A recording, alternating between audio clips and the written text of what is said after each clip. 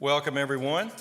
This is Third Baptist Church and our quarterly members meeting, which was postponed from January, and so we're having that tonight. So I'd like to welcome everyone that is here and those of you that are watching online. So at this time, I would like to call our members meeting to order. And then let us look on the back of this first page of your handout that you have. And we're going to do this en masse. So you have the minutes from our quarterly members meeting in October of 2020. You see the minutes there. On the facing page, we have the minutes from a special called members meeting, November 22nd, 2020, which the purpose of that was for the church to call a pastor, specifically to students. Also in that meeting, our deacons for 2021 were affirmed. And then right below that, you see the minutes from our special called members meeting, December the 6th, 2020.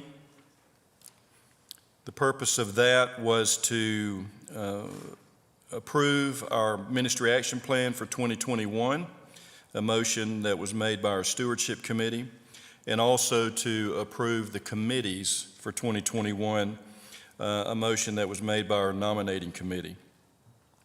So looking at the minutes of those meetings, are there any adjustments to those meetings? Any comments regarding the minutes of those meetings?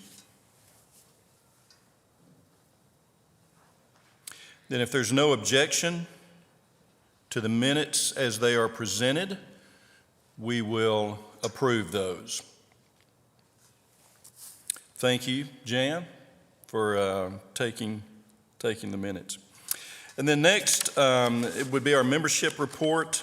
You see the new members coming there, 1 by baptism, 2 by letter, and then we have 5 that are being deleted from our membership rolls. Is there any comment, any questions regarding these members?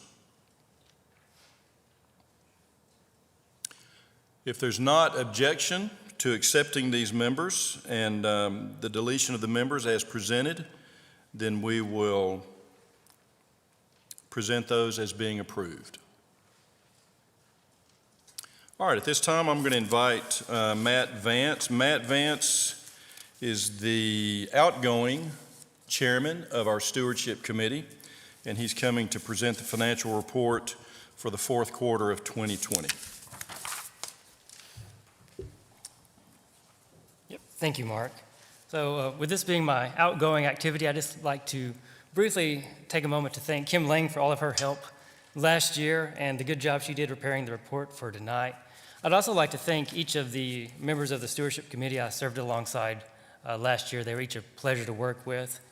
And so with that, I want to draw your attention to a couple of things on tonight's report. First and foremost, the giving for the MAP for the year exceeded kind of our budget for the year and also our expenses, so that is very good news to report. The other bit of good news is that the annual fund loan has been paid in full. And so you may have noticed for the fourth quarter that our expenses outpaced our giving, and there's an anomaly in the administration line item. That's due to paying off the annual fund. The other worthwhile thing I want to draw your attention to is the liabilities section. At the end of last year, we still had the SBA loan balance, but I am happy to report that that has been forgiven, so that liability is no longer with us. The other, I guess, praise is, the World Mission Offering was very good for last year. I'm always happy to see the church continue to give and support missions in that way. So, going into the year last year, we didn't know really what to expect, but happy to say, God continued to be faithful and the church was faithful and given. So I encourage you all to just continue to do that. And with that, unless there's any questions, I'll present that as the report. Are there any objections or any commentary to the financial report as it's presented? All right, we will present that as being approved. Matt, thank you to you for your service for the Stewardship Committee and the leadership that you gave all of us, the church and the committee. You'll notice we list here, as for your information, a listing of the deacons there and their terms that they will be serving, those that rotate off at the end of this year, and so on. And then a special thank you to those who rotated off at the end of 2020. We appreciate their service to the church in ministry and serving the congregation. And then on the back page of your packet, you'll see a listing of the committees for 2021. Typically in January, all of these committees meet and they get to know each other. They get to know their responsibilities as a committee, their job descriptions, and then part of that meeting is to choose a chairman and vice chairman.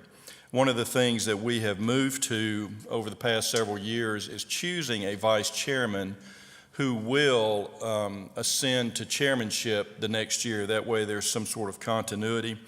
So because of COVID, we've not been able to do that. So each Sunday, Kim Lang and I have been meeting with each committee and choosing, allowing them to go through their job descriptions as a committee and then choosing chairman if needed, and then certainly choosing a vice chairman. So you see that the Stewardship Committee is set with its leadership. The trustees are set with their leadership. The Personnel Committee met this past Sunday and chose Chris Kelly as chairman and John Holden as vice chairman. And then this coming Sunday, our Building and Grounds Committee will meet briefly to accomplish those things, and then finally we'll conclude with our nominating committee. And then as always, we appreciate those who have served. You see a listing there who rotated off at the end of 2020. And we are grateful for those people who served on the committees. Any comment thus far regarding our reports?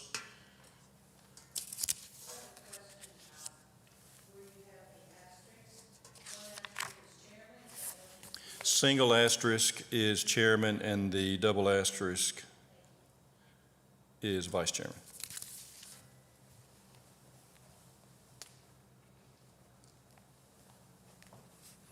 All right.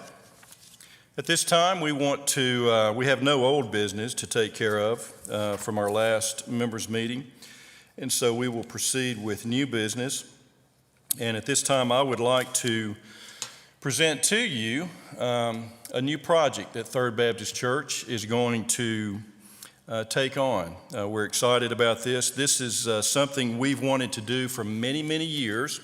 We've talked about this. We've tossed this idea around for many, many years. And we finally, in 2019, began the process of exploring what we can do on the north side of our building out here.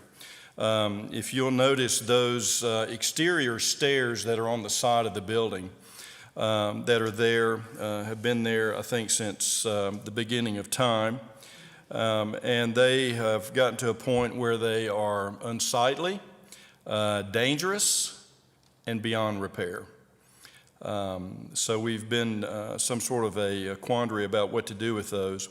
So we began exploring the possibilities in 2019. Matt Crable, who is our facilities manager, assisted in this. So initially we approached Solomon Builders to meet with us and talk about some ideas that we had for the north side of that building. I don't know if you remember or not, but Solomon Builders is the company that we use to build our new lobby and to do some other work around our facility. So we met with them about the feasibility of doing some things, and plus we wanted to use them to have some sort of consistency in design. So one of the first steps that we took in this is we began to discuss this project with several architectural firms. One of the firms that wanted to meet with us is Paradigm Studios. Paradigm Studios is responsible for the architectural work and design and building of the fountains on Medical Center Parkway. So they expressed interest and met with us. We discussed our needs and design ideas. And before we moved on, we scheduled a meeting with the Murfreesboro Fire Department because we wanted to make sure that those stairs were not classified as a fire escape. And so after meeting with them, it became clear that those are not used as a fire escape, that we had points of egress and digress throughout the building that would allow us to escape the building in the event of a fire, so that those stairs can be removed. So at that point, we met with the architects and discussed the scope of the work and what we wanted to do.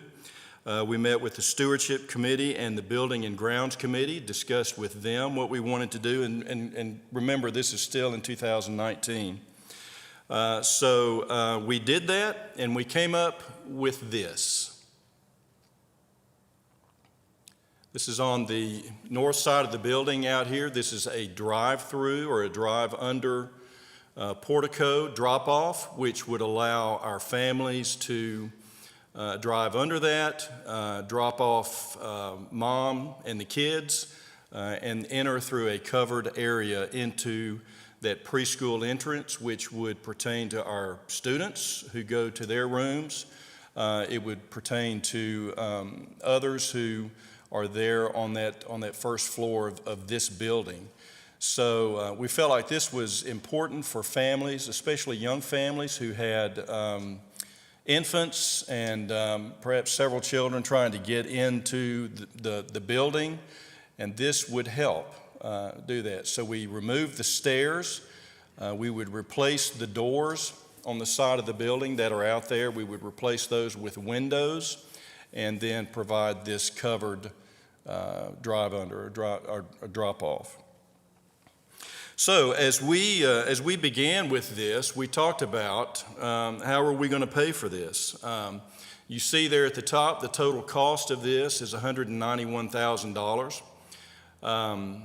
In the meantime, as we began to talk about this project and this project became a reality, it just so happened that we had people who came in and said, I have a particular financial gift that I want to give the church. Is there something that it can be used for? Or does it need to go into the ministry action plan or missions or whatever? And so in each case, we presented all of the options to that particular person and said, you can use the money here for the ministry action plan, you can do it for missions, or we have a project that's coming up, a building project, and you can certainly give your money for that. So several did, and as you can see, we already have in our account $82,331 toward this project, which leaves a remaining balance of $108,669. So how are we going to pay for that? Well, as we met with the Stewardship Committee in 2019, we had a consensus opinion that we would not borrow money and go into debt. And if you'll remember, at this time, we still had the debt that we were paying off, which amounted to about a $6,000 a month payment, the annual fund. So we said, regardless of what we do, we would not go into debt. We would not borrow the money. So we developed a plan where we would take an offering and pay for this project with an offering. And as I said earlier, financial gifts were applied toward the project. So as we did that, we decided to approve the architect and his design, and he brought together our ideas, and we approved the work, and they began the drawing and came up with that particular drawing.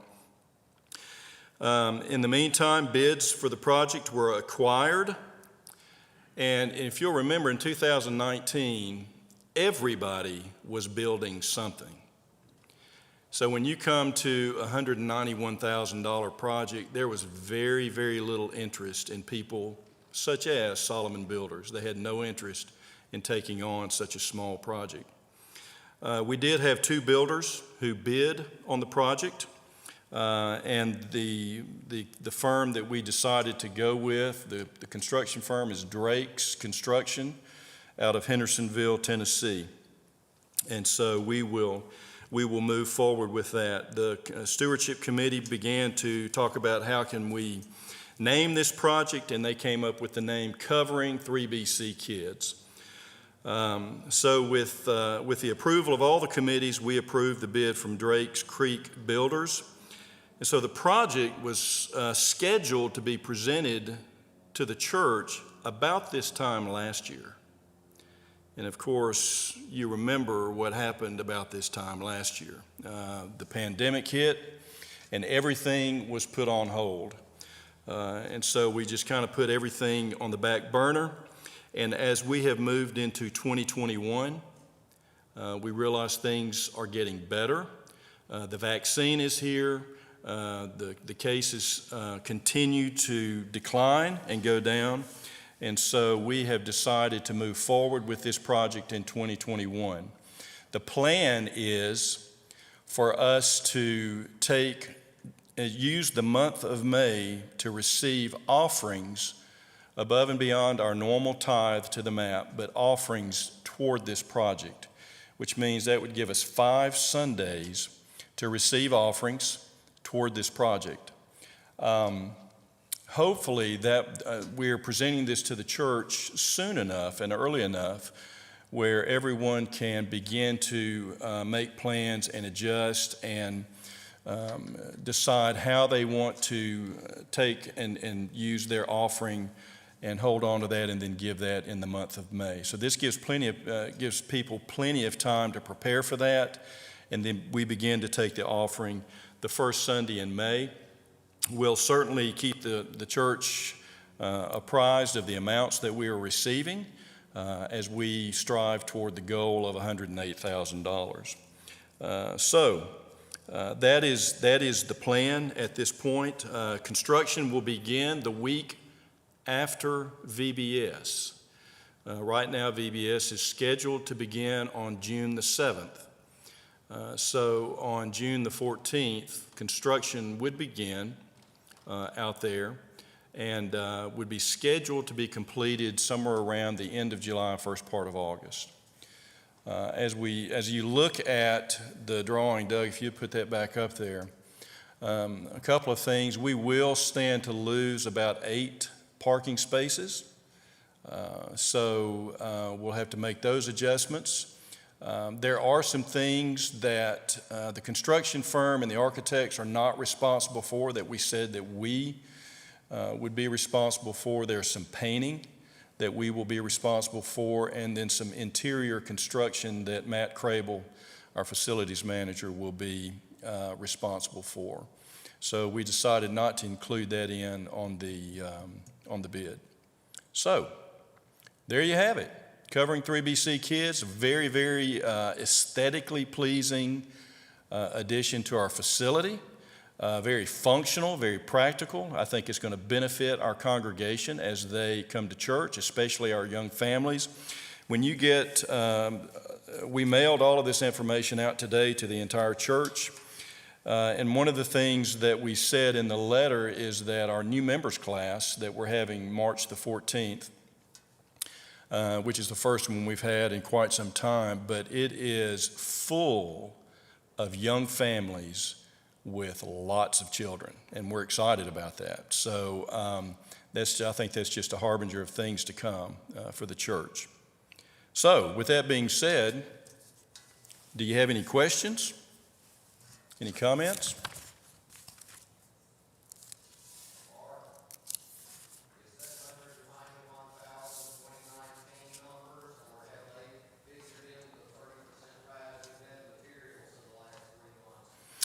We talked with Drake's Creek Builders, and they assure us that the bid that they gave us in 2019 is accurate. They did tell us that there was an increase in steel, but Drake's Creek went to another supplier, and they are able to keep that number the same, which is good.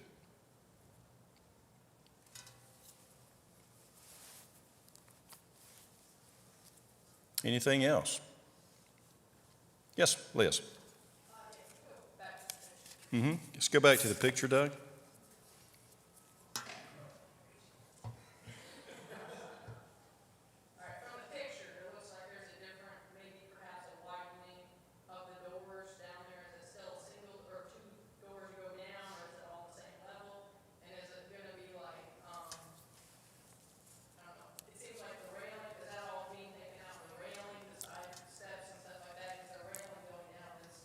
Yeah. Initially, we discussed that, widening that. It was going to be a great cost to do that, because it was not only widening that entrance, but we were not going to be able to widen the doors because of the way the building is built. So we could widen the steps, but we were still going to funnel down into those two double doors. There were some other things that they came with initially that we decided that we did not want to do, that required a lot of excavation and concrete pouring and things like that. So essentially, we're going to clean up that entrance. There'll be some new rails, that sort of thing. But other than that, we'll still have the steps down into the preschool area and those doors. Does that help?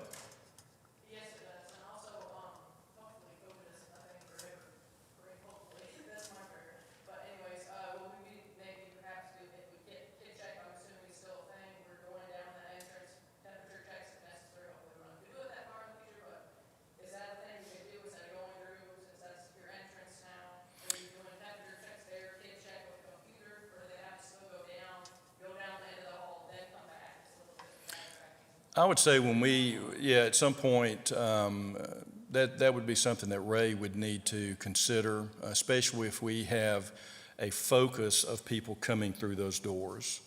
So that would be something that he would need to look at and see if possibly that's would be a place for Kid Check. So.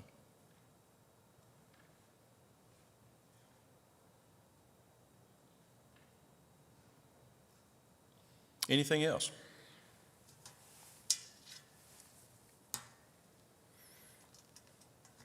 One of the issues that we ran into that gave us a lot of, we had to do a lot of thinking about, but if you'll notice the elevator, you come in the elevator here, you can go in the level, or you can go in this upper level, the entrance under the portico, and it'll take you down to the first floor. You can get down to the first floor that way. You can come in through the preschool area. But in the middle of that first floor down there, you know that you've got to go up 3 steps, and then when you turn the corner, you've got to go down 4 steps. So we looked at how can we make that a little bit easier for everyone to come in there without having to go through those steps. Right now, the solution is too difficult. We don't have long enough hallways. We don't have wide enough hallways down there to create those solutions. So for the time being, we're stuck with those steps the way they are. Our architects looked at those several different ways and tried to solve those solutions.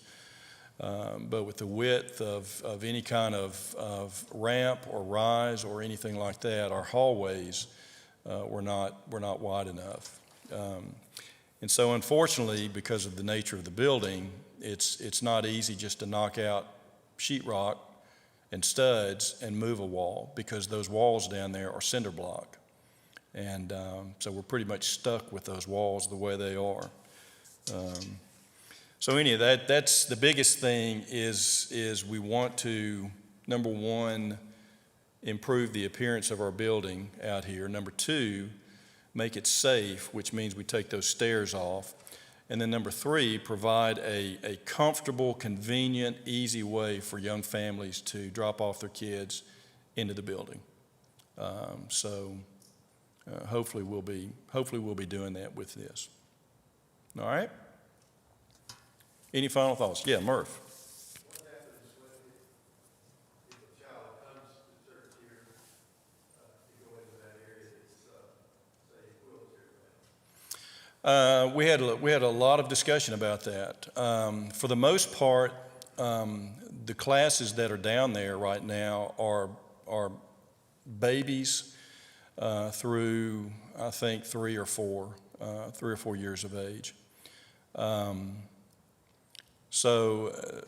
I think, at that point, we could make arrangements to get that child into the building, into the class. If an adult were to come and try to drop off there that's confined to a wheelchair, it's just not an option to come in that entrance. They'd have to come in this entrance, come in. We do have an automatic door there, go into the elevator, and either come up on this level or go down to the ground, first level. So that's where we are right now with that. Otherwise, we're talking about significant adjustments to the building and costs to make those adjustments. Because part of the problem is the width of the hallways would not allow for an adequate ramp to get that wheelchair through the hallways. So it's unfortunate, but that's kind of what we're stuck with right now. Now, I will say this, long term, there could be some adjustment in relocating age groups within our facilities. We do have times when we dream and look years ahead about what the possibilities are. So it could very well be that a majority of our adults, if not all of them, would be down in this floor below the worship center, which would be accessible by elevator. Perhaps our students might be in another building. As they grow and get larger and their group gets larger, it could be that we make use of areas in the facility that are not used at all or very sparingly. So that's cryptic enough for you to kind of go, So anyway, we do dream and we do think all the time about how we can best put people in the building within the restrictions of what we have. So, all right. What else? Yes, Liz. What about if you put like a kid check station downstairs, you go through that main entrance that you're showing on the picture there? Mm-hmm. You go to that hallway water fountain, you can put a kid check right there. I think that probably solve your problem. No one really uses that water station. Okay. All right. Well, we'll certainly as we get closer to time, we'll look through that because we do anticipate more people coming in that entrance with their children. Good questions. Anything else?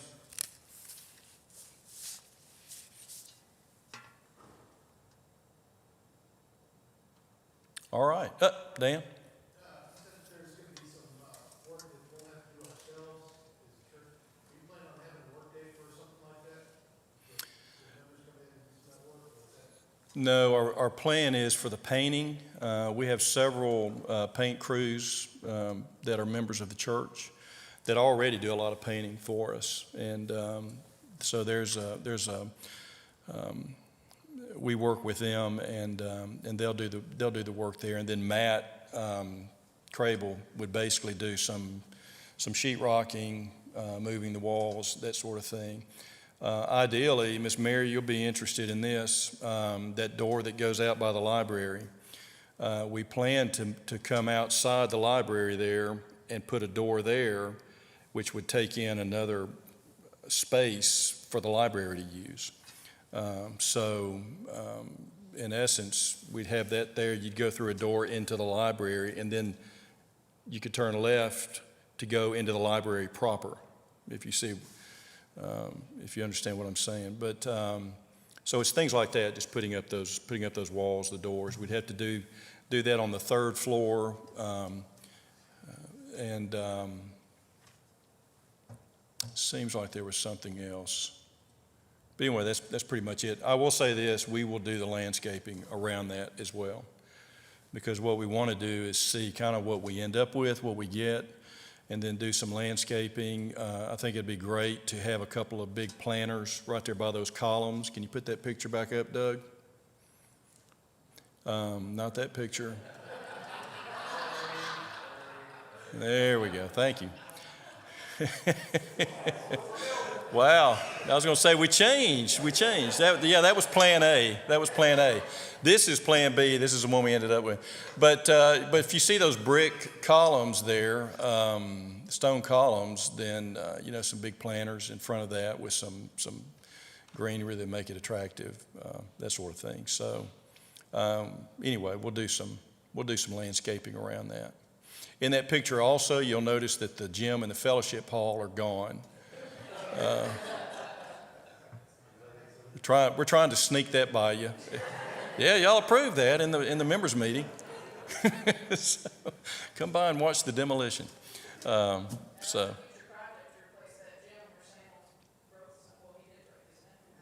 Yes, he did. Yeah, and there've been many accidents in that gym. So, all right. Finally, any other questions? Anything? All right, very good. Well, at this point, if there are no objections, we will stand adjourned, and you can go to your classes. Thank you.